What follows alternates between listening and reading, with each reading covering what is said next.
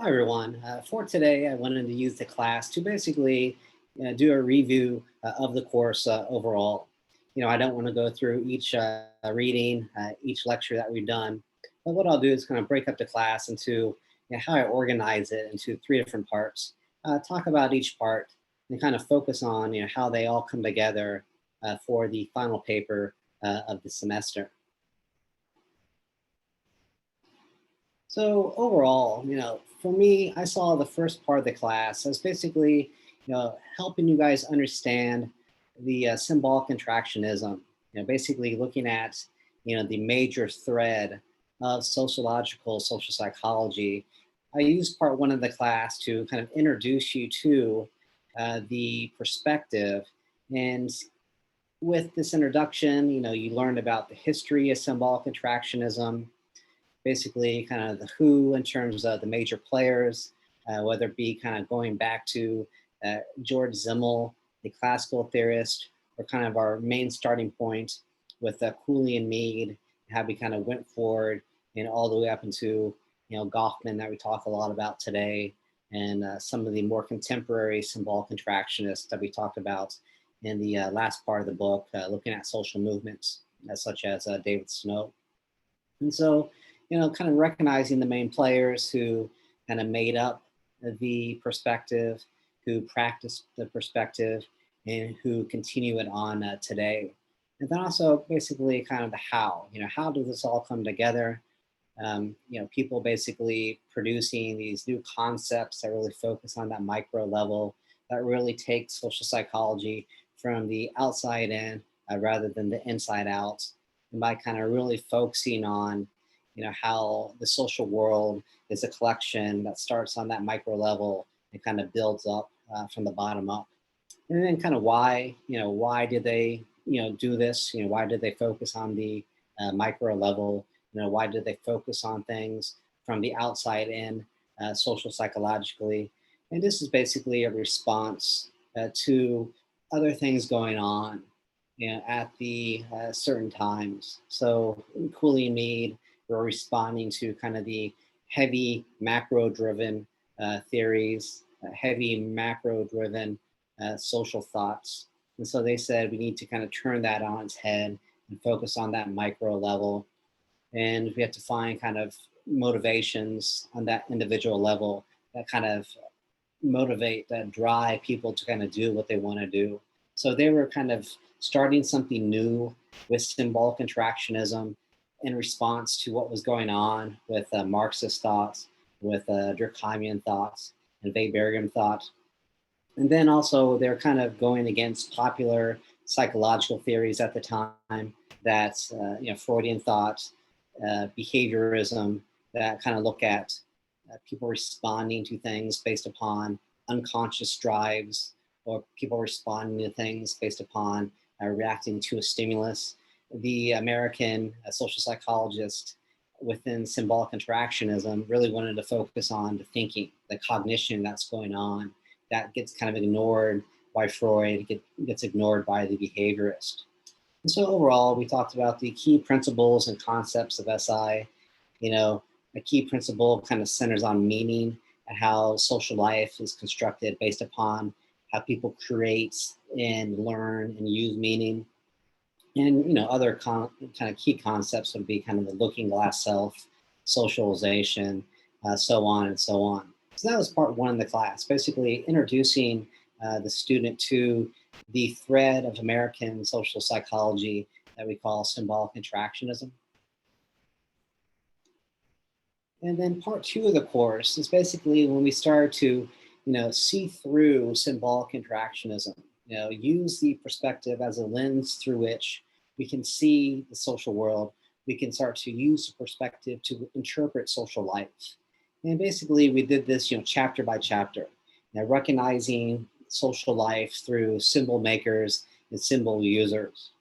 Again, kind of starting in that very micro level and kind of building our way up. We start to look at how symbolic interactionists understand the socialization process and how that builds one's identity. We start to look at the self as a social product, as a social actor. And we looked at people who take on the roles, and then based upon the meanings attached to those roles, how they act in certain ways. And when people kind of come together with a shared definition of the situation, kind of play their roles out properly, and then you start to get to more that social level, again, kind of working from the bottom up. And then also we talked about emotions in terms of being, on the one hand, very internal, connecting to our physiology, but on the other hand, being very external, being very social in nature. And then we look at deviance, we looked at collective behavior and social movements, again, all through that symbolic interactions lens. So, we could do an entire course looking at these same topics, these same aspects of social life, but look at them differently through a different perspective, through the Marxist perspective, through the Weberian perspective, or maybe a more traditional psychological social psychology perspective, where it be more of the inside out rather than kind of the outside in when it comes to all these topics. So not only the major topics we look at, we kind of looked at kind of subtopics within them.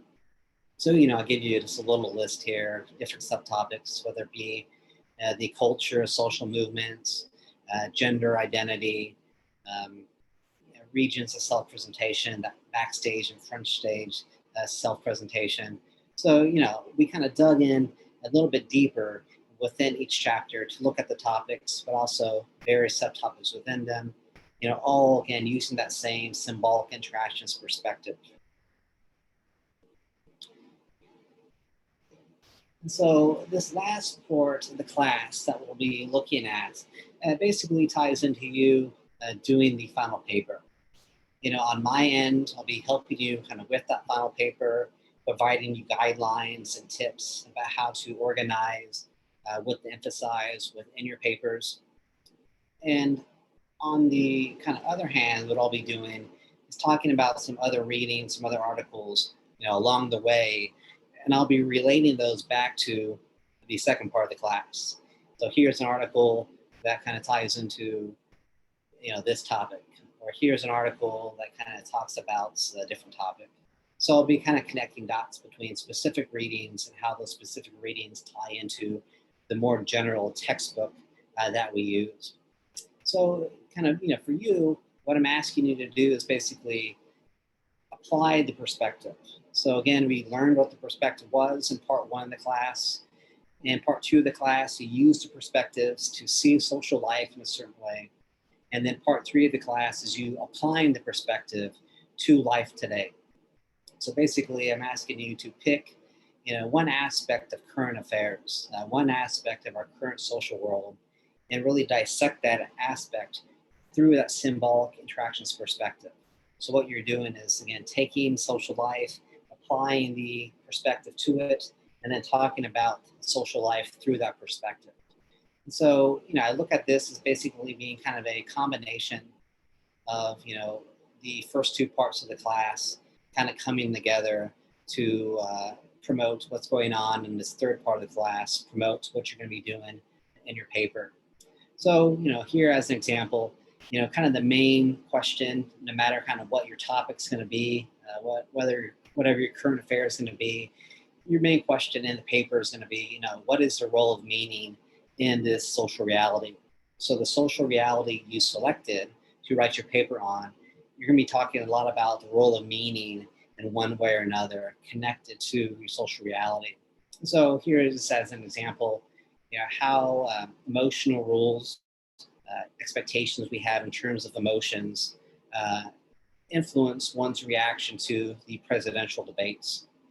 So I'm recording this today on the day of the second debate, but the first debate was basically a mess, and everybody agreed it was a mess.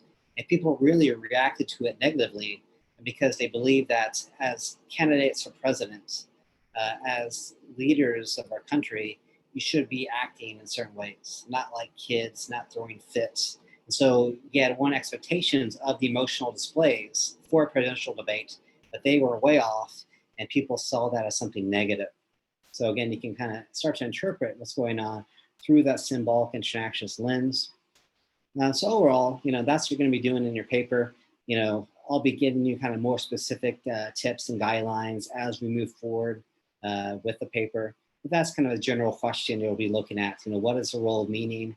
The role of meaning connected to the social reality I've selected to apply the symbolic interactions lens to.